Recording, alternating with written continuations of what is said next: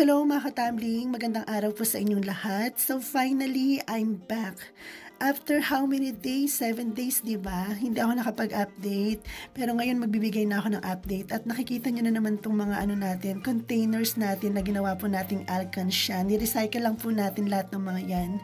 And ayan, nakikita nyo yung ating mga coins. Bibilangin po natin ngayon yan kasi alam ko marami sa inyo ang naghihintay sa ating update. Sa update po natin about sa ating Ipon Challenge for the month of November.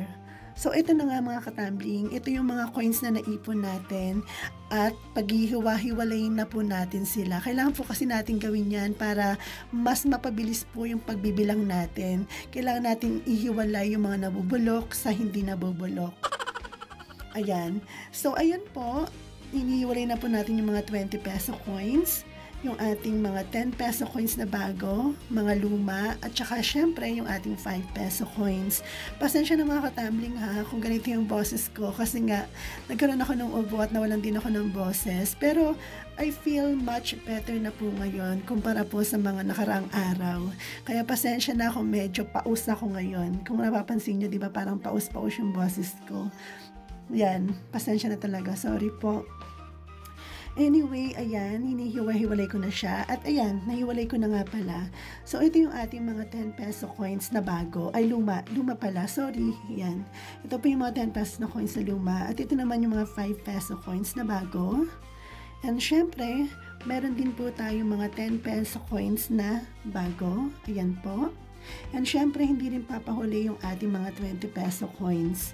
Ayan, syempre bilangin na natin at uunahin na po natin yung ating mga 20 peso coins. Ayan, kung mapapansin nyo po, dire-diretso lang po yung pagbibilang ko. Kasi kakaiba po yung pagbibilang na gagawin natin ngayon. Hindi po katulad ng mga nakaraang buwan na ginagawa natin. Syempre ito iba na para mas mabilis siya kasi nakakapagod kasi yung ginagawa ko kapag nagbibilang ako, di ba?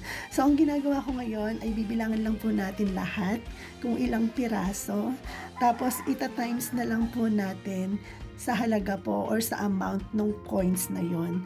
So, ayan, ito, katulad nito, itong mga 10 peso coins na to, bibilangin lang po natin kung ilang piraso lahat yan. Tapos, ita-times na lang po natin yan sa 10 para makuha po natin yung total amount ng naipon natin. Okay? Para mas madali at saka ayoko po kasing mabawasan na naman yung boses ko kasi alam niyo naman, di ba, nawalan ako ng boses. So, ayan, nagtitipid rin ako sa pag-voice over. So, ayan po mga katambling, tapos na po natin bilangin lahat ng ating mga coins. So, nabilang na po natin bawat piraso po, yung 20 peso coins, yung 10 peso coins, and syempre yung ating 5 peso coins. And sa ngayon, ayan, sinusulat ko na lang po sa papel, sa maliit na papel, lahat po ng mga piraso ng naipon nating coins. Tapos, ita-times na lang po natin mamaya sa amount kung magkano po, para malaman po natin yung total.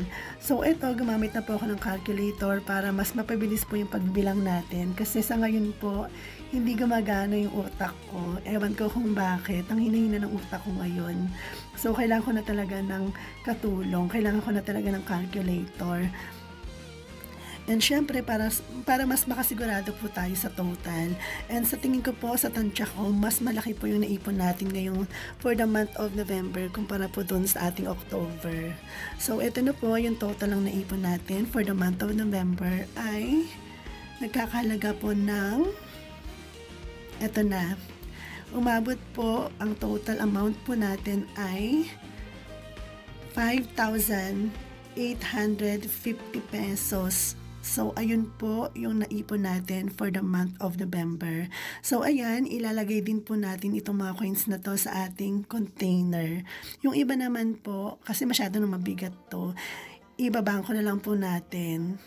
Siyempre, mas safe at saka protected po yung mga savings natin kapag nakabangko po. So, ayun lamang po and maraming salamat sa panonood. Pasensya na talaga sa boses ko, napapaus na ako. Yun lang. Bye mga katambling.